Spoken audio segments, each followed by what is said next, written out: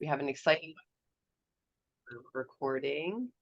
I'll give maybe another 30 seconds in case there's a few people coming in late. We have a really exciting webinar today. Again, if you're just arriving, if you feel comfortable, please put your name and your institution in the chat so that we can see who you are.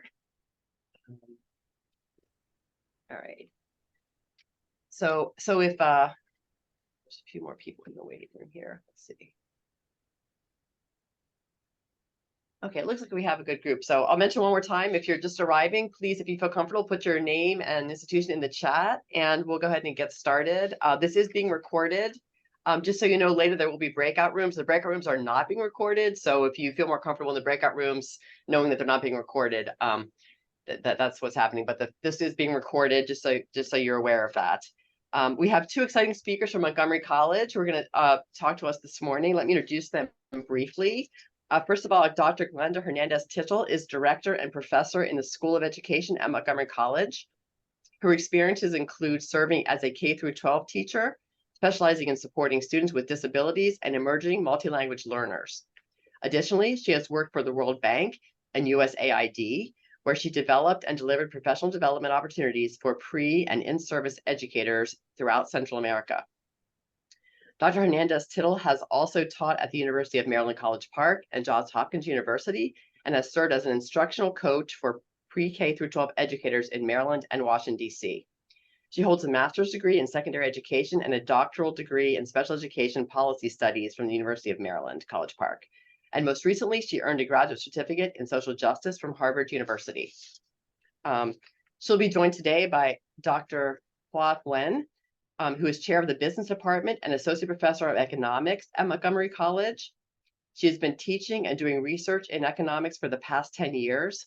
As a first-generation student herself, who got a lot of support from her professors back in the day, Dr. Nguyen wants to share the gift of education to more students, especially underprivileged students. She is proud of her effort pushing the business degree at Montgomery College to a Z degree, which means students can earn an associate in business with zero textbook costs. She's also an active member of the Asian American Planning Group that supports Asian American students and employees at Montgomery College. So welcome to both of them, and you can take it away. Great, thank you so much. Marjorie, are we sharing our slides? Okay, I think, there we go. Okay, great. Thank you so much to everybody for being here. I know for us, it's the third week, I think, of classes. It's still really, really busy. So I'm just excited to have so many of you take time to be here for what we think it's a very important topic. So we are going to go through the session agenda. We're going to do, we just did quick introductions of you. We're going to reflect on your own practices, even though we're going to share some of our strategies. We know that you also come in with some great experiences and possible suggestions to share with the rest of the group. We are going to spend a little bit of time discussing the college experience for Asian American and Latino students, review some strategies, and we're going to close out with an exit ticket.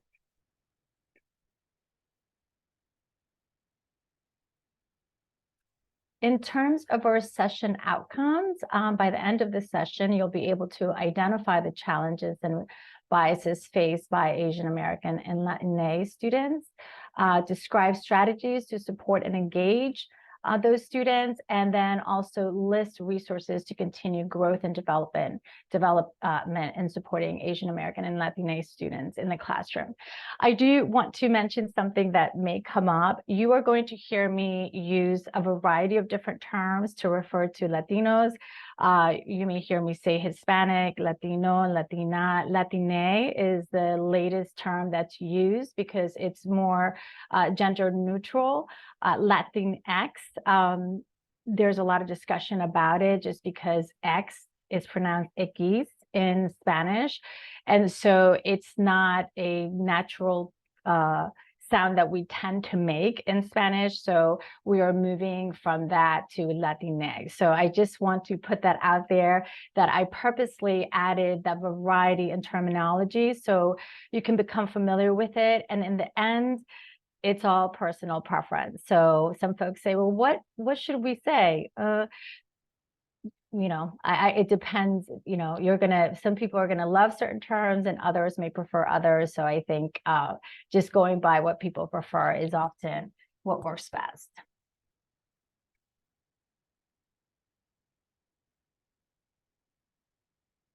Thanks for the clarification, Glenda.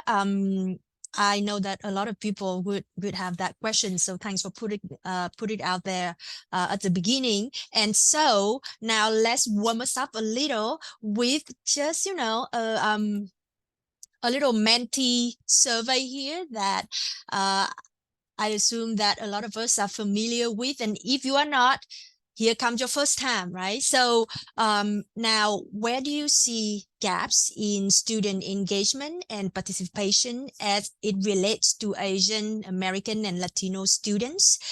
So if you can go to menti.com and use the code on the screen, or if you have another device with you, then please just use the QR code on the screen here to join us. And then I'm going to share the results with everybody once I see the result. So let me minimize the screen here and go over to Menti.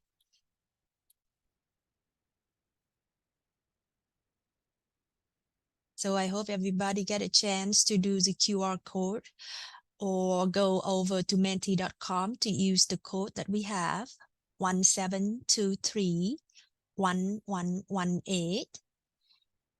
And see what we have here. Let me share this screen. And again, you're gonna have the QR code again on the screen. I hope you can see it here. Where do you see gaps in student engagement and participation as it relates to Asian American and Latino students? Yes, financial aid help. I see counseling. I see possible language gaps. And I see we need more classroom discussion there. Lack of confidence. I see people need to counseling, I see it there, high withdrawal rates, participation, and later on, I'm going to share with you the experience of our students at Montgomery College. And I can tell that, yes, what you are putting in here are very similar with what our students experience here. And those are the things that we can, first thing, it's good for us to be aware of those gaps. And then we can talk about how can we help, right? Because we're here to help our students. And one of the things that our students ask for a lot is counseling, mentoring, and I see it being put up here. Do we need another minute for people to put in? I see we have 6 people participated in here, and slow to voice out. Yes, that's a difference, a lot of differences among cultures, among our expectations, which can prompt students to behave, to act in a certain way, and it might be viewed as slow or fast reaction by other people. Yeah, that's low athletics involvement. That's we do have some data collected at Montgomery College about that. I don't think I get a chance to share it today, but yeah, we've been surveying our students just to hear their voice, just want to know what on their mind, and for sure they when being given a chance, they open up and they share with us what they want, what they need, and how we can help them. So let's see, I see people put in attend faculty office hours and ask for help, lack of cultural awareness, and group participation. Yes, totally agree with you. Those are the gaps that we see among our students, not just at MC, but just in the higher ed in general. So let's go back to, let me stop sharing this screen, and I'm gonna go back to our slides here.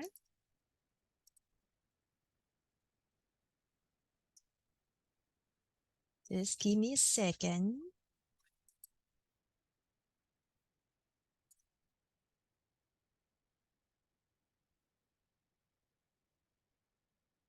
So from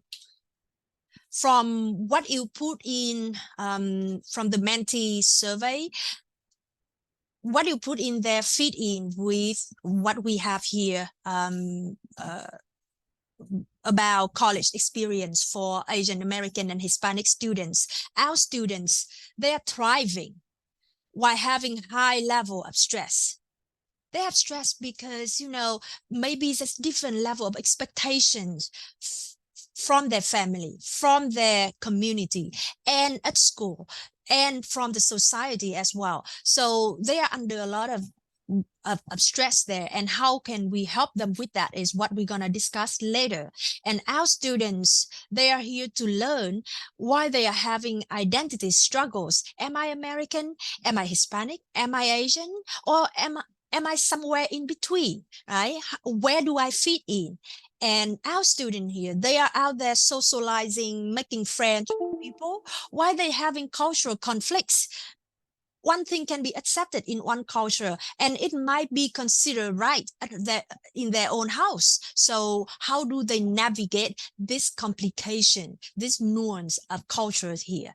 And our students, they have feelings of being unseen or under supported. And I see some people put that in the Menti survey, that they want their voice to be heard.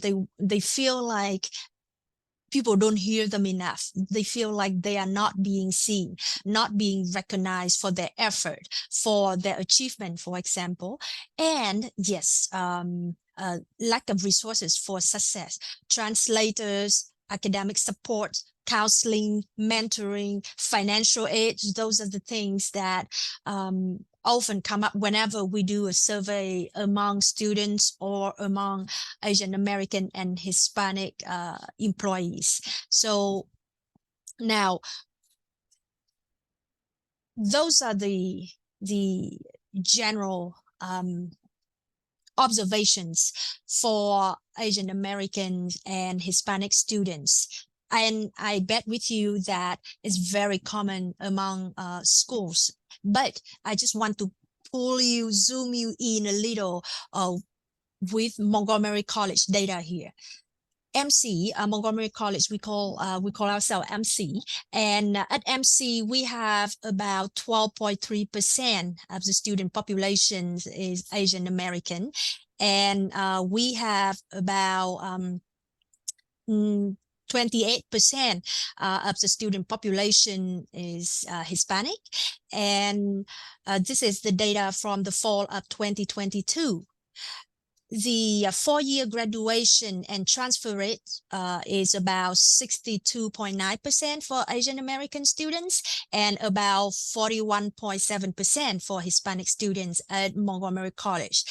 And now, we for sure would love to see higher rate of graduation and transfer among our Asian American and Hispanic students. 62% or 41.7% is nowhere near 100%. We want all our students are able to graduate, to transfer into their dream destinations, whether it's a 4-year college or whether it is a place that they feel like they can grow, they can earn a living wage.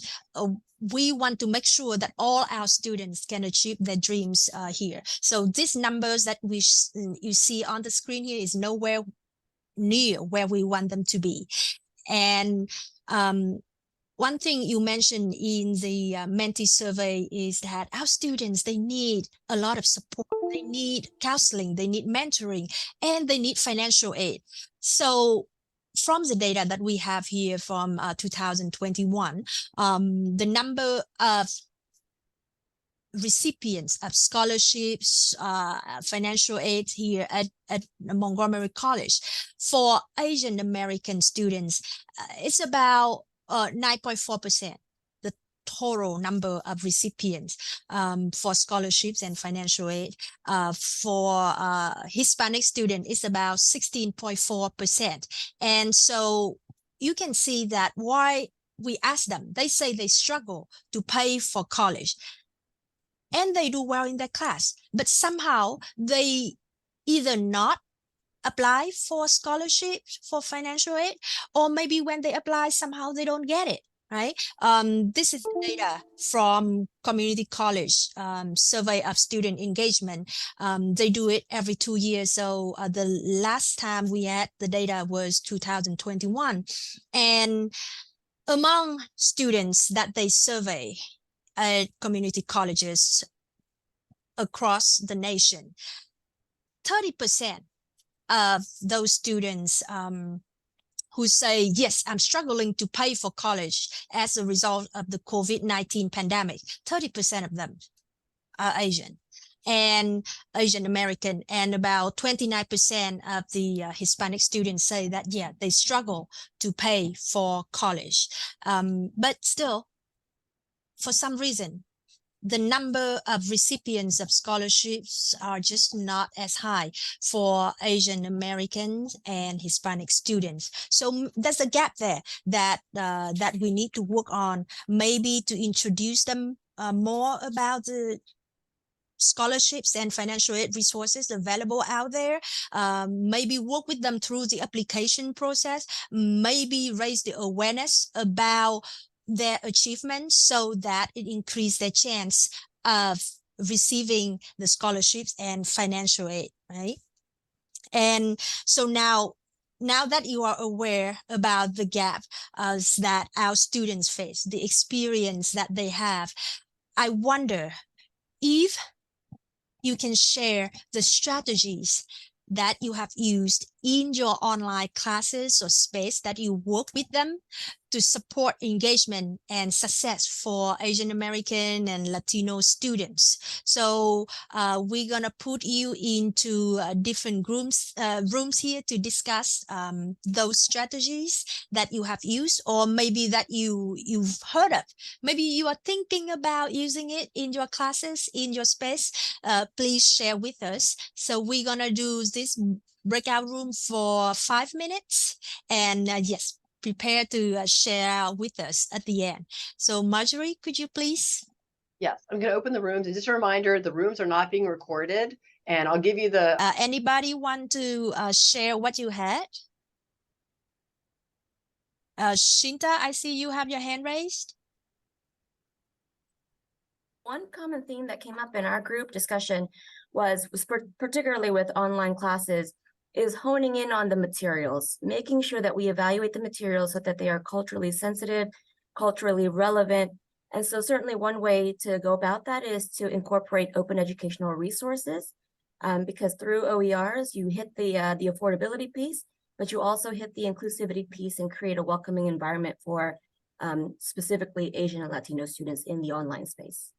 That's wonderful. Thank you, Shinta. And I totally agree with you. We want to make sure that our classes are affordable for students and also to make them feel like it's inclusive with all the resources being cited in those open resources, right? Thank you. And Carla, I see you have your hand raised as well. Yeah, we didn't have a whole lot of people that were teaching online classes, but one of the things we did note is that we don't know financially how our students are doing, obviously for purpose reasons. But we also thought that sometimes using private things like journals where they're just speaking to you as a teacher sometimes can bring out more of what's going on in a student's life instead of like the discussion board everybody sees, where the journals are a little bit more private. So we would suggest maybe using that to help understand where students are and the issues they're dealing with. Oh, wonderful, Carla. So you are saying that some people are using like personal journals that students share with the teachers, the professors only, and not sharing it with the class at the public discussion forum. Is that, did I understand that correctly? Yes, that's correct. You know, the discussion board is more for the whole class to see. And sometimes when you ask questions that are personal, they won't share those things, but maybe in a journal entry, they might, because it's just you and the student. Yeah, no, that's a great point, and Carla, and thanks for sharing that, because it go back to what Shinta mentioned about being culturally sensitive, right? For some people, they might feel confident and comfortable sharing things, let's say how they are doing financially or how they are doing emotionally. For some people, they okay with sharing that, but from some cultures, they might consider that is something that you just do not talk about, or you shouldn't share it with other people, not to mention sharing it with like 20 or 30 classmates that you might not know them yet, right? So that's a wonderful point. Thank you for bringing it up. Anybody you want to share what you had in your group? Maybe one more voice that that want to share your experience with your classes or the online space that you get to interact with students. And feel free to put in the chat box as well if your microphones doesn't work, for example, right? Because sometimes that happens too, or dogs barking in the background. So what we have here at MC, and I would add in what Carla just said on the list as well, but what we have here at MC, we try to be as culturally sensitive as possible, try to understand what our students are going through and how we can help them in our online classes and in the online space that they come to join us. So we have diverse student clubs that meet in both in-person and online, because being flexible to give students that flexibility to fit in student activities and classes into their busy schedules is very important. So we have clubs that meet both in person, have activities in person, and they also have online online monthly meetings to make sure that everybody can join them. We also have classes that being offered in both English and Spanish. From the Menti survey, somebody said that we have a language gap among our students and faculty and staff here. So we are aware of that, and we try to offer our classes, not all of them yet, but we have many classes in both English and Spanish. And what Shinta mentioned before, we have zero textbook costs in many classes across campuses, and to make it more affordable for our students, and also to make it more inclusive for our students, because as you know, those open education resources, they are being contributed, being made, being produced, created by many people. Sometimes around the world. Those resources, if our students can get to use those resources, get to see themselves or somebody similar with them, they could feel more connected, and they could feel like they being seen, being heard. We also have recorded lectures with subtitles, so you know, sometimes when students speaking the second or third or even fourth or fifth language, right, or even students, maybe sometimes it's just not easy for them to hear another person speaking, then the subtitles over there could be very helpful for them. We want to make sure that our students, no matter where they are or what languages they are speaking at home or in their community, if they need help with understanding the lectures, we would have the subtitles ready for them. And lectures being recorded so that they can watch it at their own time, at the pace that they feel comfortable with, to help with, let's say, slow internet connection, help with their business life, sorry, I'm from business department, everything is business, to help with their busy life. So the recorded lectures can help them access the lecture at any time they can, and they all have subtitles. Now we also have tutoring in English and Spanish for many disciplines, and we also mentor our students in their classes. We have embedded academic coaches and advisors for our classes, both in person and online classes. So the students have a lot of support there when they need to. We also have a variety of offerings for online classes for maximum flexibility. Again, our students, they come from all walks of life. They might be taking care of some loved ones at home, right? They might have one or two or many part-time jobs or even full-time jobs. They are busy. They have a lot of responsibilities. The flexibility, providing them with flexibility, is to show them that we understand you have a life outside of campus, and we just trying our best to help you, accommodate you as much as we can. And we also have quality assurance and quality matter classes with universal design for learning. And we want to make sure that our students feel comfortable throughout the learning process here at MC. So those are the support for our students, especially for online classroom and online learning space that we have here at MC. And now I would like to switch it over to Glenda to carry the next part. Great, thank you. Well, I appreciate that. All right, folks, we're going to transition a little bit and actually listen to some student voices.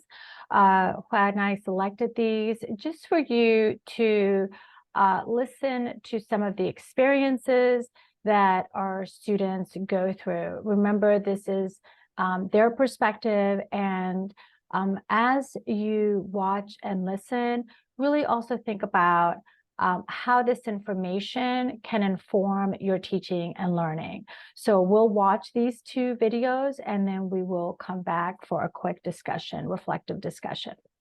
Yeah, and they are very short. They are short. One is a little bit over 3 minutes and the other one is less than 2 minutes. So we should be able to get this done in less than 6 minutes. Yeah, let me reshare, because I think I need to hit the button to make sure that you can hear the sound here. And let's see, please let me know if you cannot hear it. I identify as a Hispanic American. Afro-Latina. Mexican-American. Chicana. Mexican. Afro-Latino. To my family, I am Puerto Rican. To the country, I am Latina.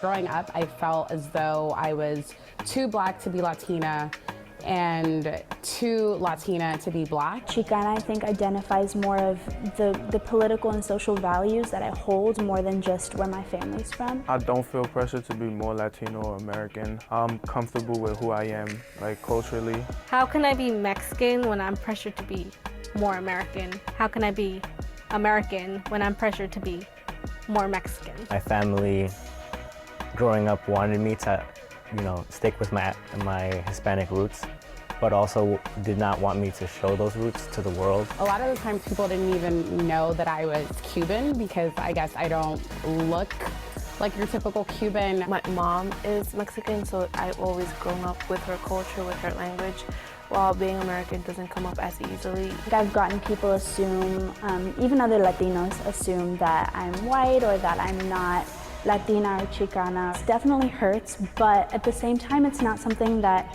I can control. I think I can do my best to project that identity. It's hilarious when you walk into a room and they don't think you're Caucasian enough, you're not American enough, you're not Latino enough. Being Latino isn't as accepted as it should be. It kind of makes me feel pressured to fit a certain mold here in the United States.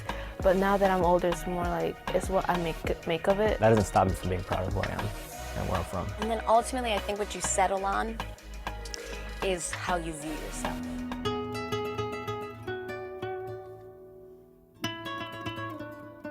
We're kind of stripped in a lot of cases of our Spanish tongue and our Spanish heritage and told it's really important that you only speak English. Because if you're from a Spanish-speaking country and you can't speak Spanish, it's harder for you to connect with the people there. And not being ashamed when you do speak Spanish, but also not being ashamed if you weren't taught it. Okay, so Spanish is not my first language because my parents were afraid of me being discriminated against because they were discriminated against. And now they're hurting me because I'm not Latino enough because Spanish is not my first language. But they don't know that I couldn't speak Spanish because my parents were afraid of me getting hurt.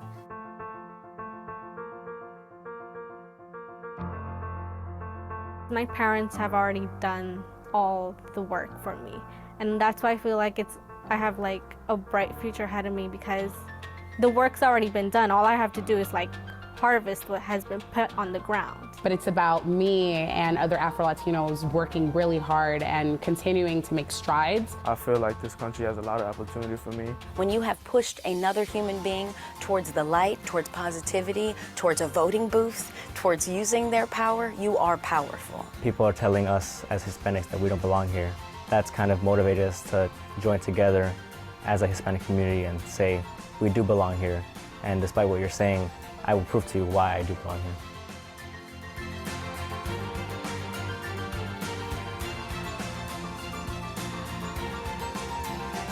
Hey, NBC News fans, thanks for checking out our...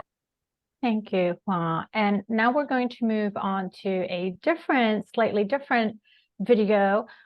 We are not going to ask you if you've ever said these things to raise your hand and to self-identify, but as you hear some of these more direct, stereotypical comments, again, just be reflective of it. You may hear other people say it. We have definitely seen this in in movies and in the way that minoritized groups are portrayed, not just Asian Americans. So listen to what is said, and this is making us think how it would land if it was the opposite, if it was being said to European Americans. So. Hey, so where are you from again? Tennessee. No, where are you really from?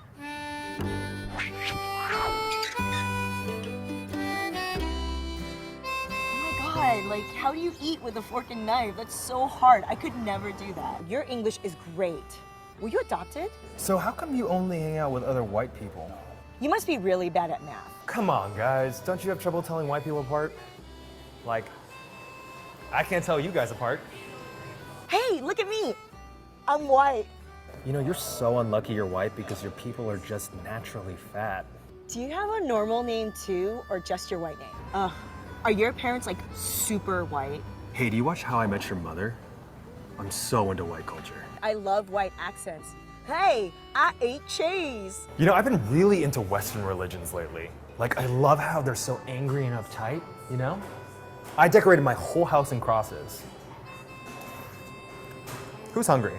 You're Italian? I love pasta. A pizza pie. A pizza pie. Your parents must have been super not strict. Did you just do whatever you wanted? Oh my God, 2 forks? That would look totally cute in my hair. I just love dating white guys because they're so large and overbearing. Hey, you know I'm really into white girls. Just white girls. Hey, where are you going? Come on. Come on, I bet you're really opinionated.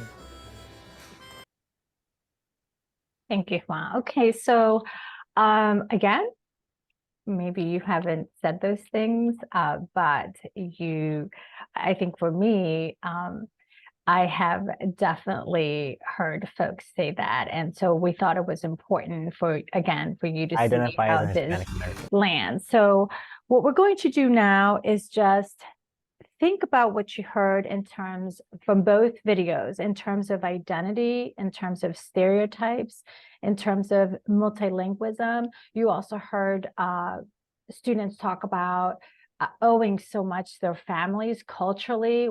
I think, see our family structures we can see our family structures a bit differently. So think about all of that. Well, if we could go to the next slide, please, and reflect on your takeaways. What are your takeaways from this, right? It's not This is not it wasn't a guilting video. It wasn't, videos to guilt you, but just really to understand, get a better perspective.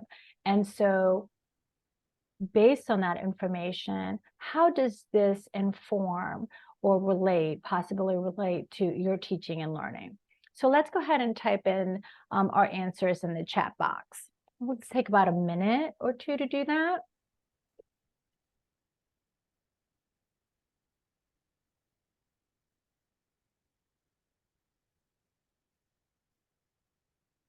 And we would have Marjorie monitoring the chat box. And while I'm sharing the screen, I cannot see it. But Marjorie, please let us know if there's a questions that we can answer, or there's a suggestion or comments that we can address.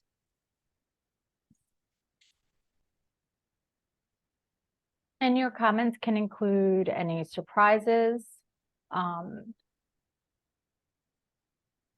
So whatever takeaways from those two videos, let's go ahead and just type them in. Yeah, and while you are typing them in, I could like to share a little of my own personal experience, because somebody asked me a while ago, when was my first time experience or realized that I was treated differently because of where I'm from. And I thought about it. It was a good question. It gave me some time to reflect on experience here. And I realized that I experienced feeling like, oh, I'm different when I came to America. It was long time ago, but I'm from Vietnam, and back in the day, Vietnam was very homogeneous. And when I came to America, I was fascinated by the diversity that I see in the United States here. And but also at the same time, things happened from day to day that made me realize that, oh, I'm different. And at first, I felt bad about it because I was different. But with the support from people around me, I went to school and I talked to people, understand people's experience, understand why they say what they say. And I learned to be more open and learn to be more adaptable and be more inclusive, because at the beginning, I would say things that I didn't mean to, just because I didn't know anything better. So at least that's a little piece of my personal experience here. Thank you for sharing that. I appreciate it. And I'm seeing some comments come in. Shinta, yes. That, even though these are two different groups, there's lots of similar experiences. Personally, I remember somebody saying, where are you from? And at the time I was living in Columbia, Maryland. And they were like, I said Columbia. And they were like, oh, Colombia, South America, right? I was like, oh no, I'm from Colombia. And it just was unacceptable for me to say Columbia, Maryland. So many of those questions I know I've heard, or comments I've heard myself. The other part that you said, Wendy, talking about what we think are positive stereotypes can be very, very hurtful. We definitely see this with Asian American students. We know that they are often offered less help because of the assumptions that they may automatically do better academically, or that they may not need the financial supports. As you see, the data shows the opposite. So regardless of how we take a stereotype, most stereotypes, regardless of which way it goes, are often hurtful for our students. But also for me, some of the comments about language, being multilingual and making assumptions that because you see someone with the last name Hernandez, that they're automatically going to speak a different language, and how much judgment comes with that. I think those are just important factors to understand about our students. Any other comments on this or on the videos?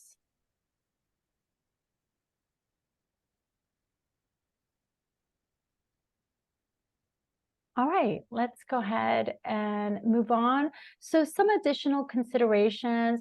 Check your own biases. We all have them, or especially our implicit biases. One of the worst things you could do or say is, I'm colorblind. There's no such thing. Anybody says I'm colorblind, that's a huge red flag, right? There's just no such thing. So we have them. I think once we acknowledge that we have these implicit biases, that's when we can start working on them, particularly as educators, right? If we know that we may grade differently, or that we tend to prefer or assume, even with, gender, that we think males are going to do better on something than females, or vice versa. That's an implicit bias. So they are around us. They're all over, and we exhibit them with our actions. A lot of you may have heard of the Harvard Implicit Association test. I highly encourage you, if you have not used those before, I highly encourage you to do so. I'm in teacher education myself, and I make my students take it. They then come back and share results, and it gives them just an understanding that we're all working to be much more equitable. Other specific considerations to help you remain equitable is using rubrics for grading. Rubrics do take a little bit more time, but you set the standard for the students. The students are informed of the expectations, and then you yourself obviously use that rubric. Rubrics are such a great tool to just, remain as equitable as possible. Also, blind grading.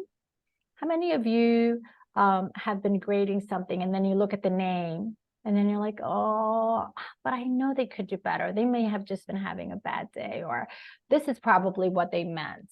And all of a sudden you start justifying why they said something or did something in their paper or test. And then you grade slightly different because of that. Or vice versa. This is a student who you didn't expect to do as well. And then you start thinking, well, where did they get this from? And so blind grading, meaning you don't look at the name of the students, is another way to remain equitable and neutral. Also, setting expectations early and being consistent. This is important for a lot of our students who need to plan. So many of our minoritized students have additional responsibilities, additional jobs, additional family commitments, and just knowing, setting the expectation early in terms of attendance, in terms of quite a few other things can be really helpful in terms of them succeeding. So now we're going to dive into more specific strategies.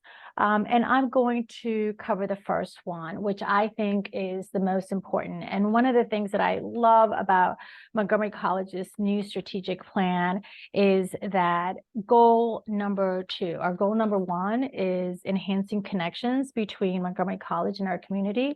But our goal number 2 is cultivating a sense of belonging for everyone at the college. And I'm just so excited that this is one of our goals that's really leading all of our work. And if you think about belonging, right, not just belonging in college, but belonging in your class, where you can start is learning about your students, sending them individual emails, making sure that you have a variety of ways that they can get in touch with you. In person or office hours, opportunities to connect more personally.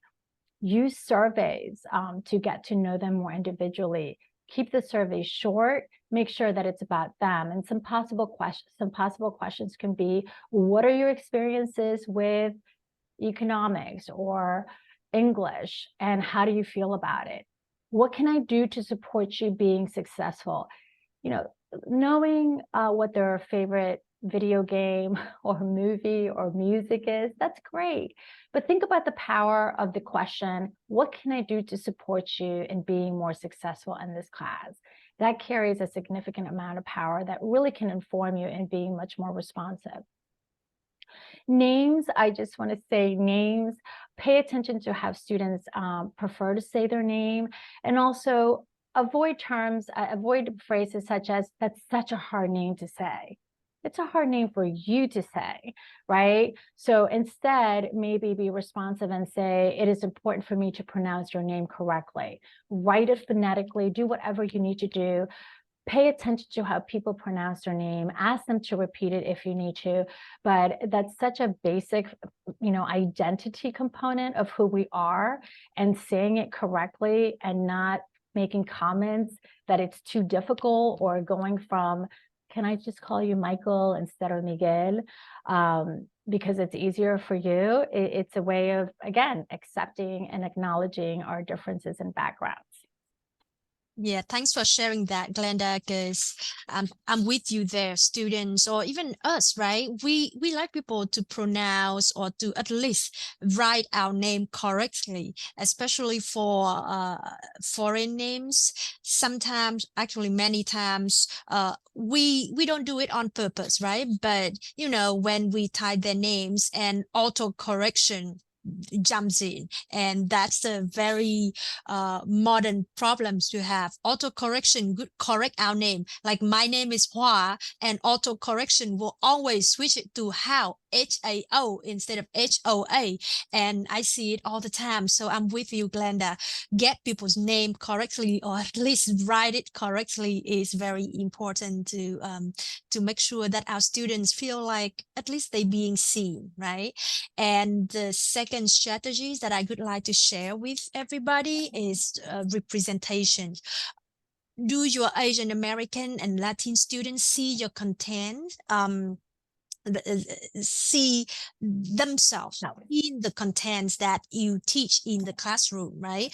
Like, let's say if you are giving them some examples in the classrooms, do you include, let's say, Jose or Hoa or I don't know, Milena in there, or all we have is John Smith in your examples? I teach economics myself, and at first I just go with the flow, but then I slowly realize that, hey, why do we keep identifying those countries, let's say, with lower incomes as less developed countries or developing countries, or we could only focus on countries with higher level of incomes and keep pulling out examples, what they are doing right from those higher income countries. Lower income countries, they are not less developed in any sense. They have rich culture, they have rich traditions that we want to cherish. And even though they have lower level of income, lower level of GDP, but it doesn't mean that everything they're doing is wrong. We want to feature what they are doing right in our classrooms as well. We want students who come from other countries, no matter whether their countries are low incomes or high income, they want to see that we bring in examples, we bring in good things that their countries are doing, and not just stereotype a certain group of countries are doing everything right and a certain group of countries are doing everything wrong and they need help all the time. So representation matters. We want to make sure that our students feel like being proud of who they are, of where they're from, of the culture that they represent. We want to bring that into our classrooms. So whenever you have a chance to interact with students, whether it's online or in person, just please make sure that you give them the explanation, the kind of examples that they can feel relevant, related to them, and that really can help them understand the topics, the theories that you are teaching them. So that's strategy number 2. And Glenda? Yeah, and just really quick, I think, the representation is so key. This is an area where educators, you may need to do a bit more of the lifting. We are working on decolonizing the curriculum. We are working on being more culturally responsive, but the bottom line is that's going to take time. And so your curricular, what you have access to in terms of curriculum may not be as diverse, may not be as responsive to what your students need. So that's an area where you may need to do more individual lifting for your students. So I just wanted to add that part. And in terms of number 3, really getting into engagement, we have to put activities into place that engage your students. Requiring or suggesting or giving the options of good group work, whether it's choice or assigned, having students do presentations, resource sharing, leading discussions, having them lead, having them pose a picture, a song, something that represents or initiates a discussion, but again, puts them in leadership roles, expecting and encouraging cultural additions in the classroom, choice projects. What are your objectives for your assignments? And if your objectives can be met in a variety of different ways, allowing students to have a choice in projects can be really powerful.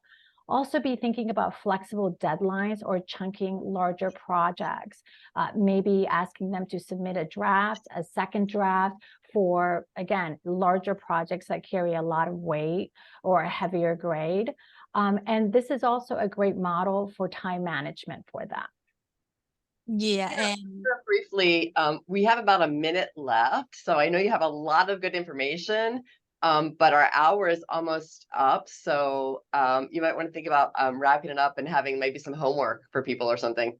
Oh, wonderful. Thanks for the reminder, Marjorie. And then I would go real quick over strategy number 4 here, like what Glenda said before. If we realize that the curriculum that we are working with is not inclusive enough, then we would have to do a lot of individual lifting, right? And kind of like what I said before, when I was teaching economics, I realized that, hey, it's not inclusive enough. It doesn't have enough representation. Let's bring in some examples from other corners of the world that I'm aware of, right? And so, yeah, continue learning is the key for us to improve our classes, improve how we're teaching, and improve student learning experience in our classrooms here. So continue to learn about your students, all of them, attend community events, ask students for recommendations, what they want to learn, what they want to see in your classes, and we can just start right there. And also doing a lot of professional development training that can help you check your biases and also make sure that you acknowledge them.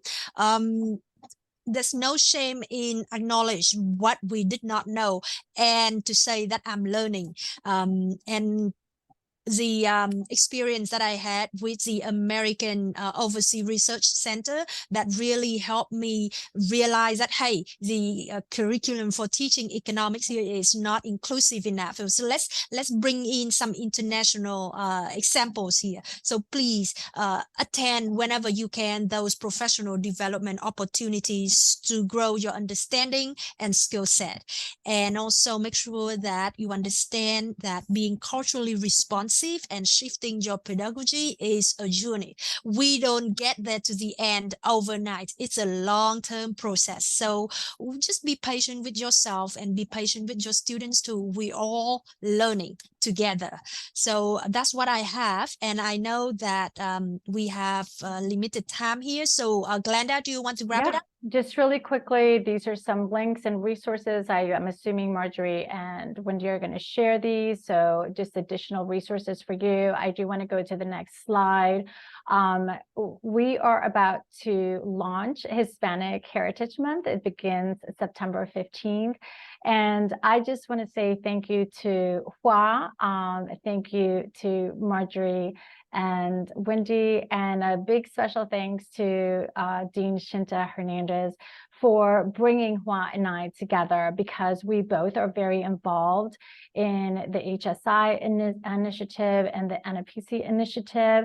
And we are thrilled to be collaborating and uniting. And the more that we collaborate and unite, the more we see that we just have so much in common. And together we're more powerful voices and allies in being responsive and advocates for our underserved students.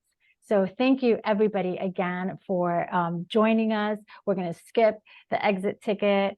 And if you have any questions at all, feel free to follow up with us. Thank you again, everyone. Thank you so much. We will share those resources. I'm also going to put a little slide up here. If anybody wants to take a picture of this to use as, let me just get it here, to use as your proof, so to speak, that you were here. You can take a picture or take a screenshot. But again, thank you again, Hua and Glenda, for that excellent presentation. It's our first topic. I first presented on this topic, and we will share your information and your communication if people want to get a hold of you. Wonderful. Thank you so much. Yeah, thanks for Thanks, everybody. Thank you.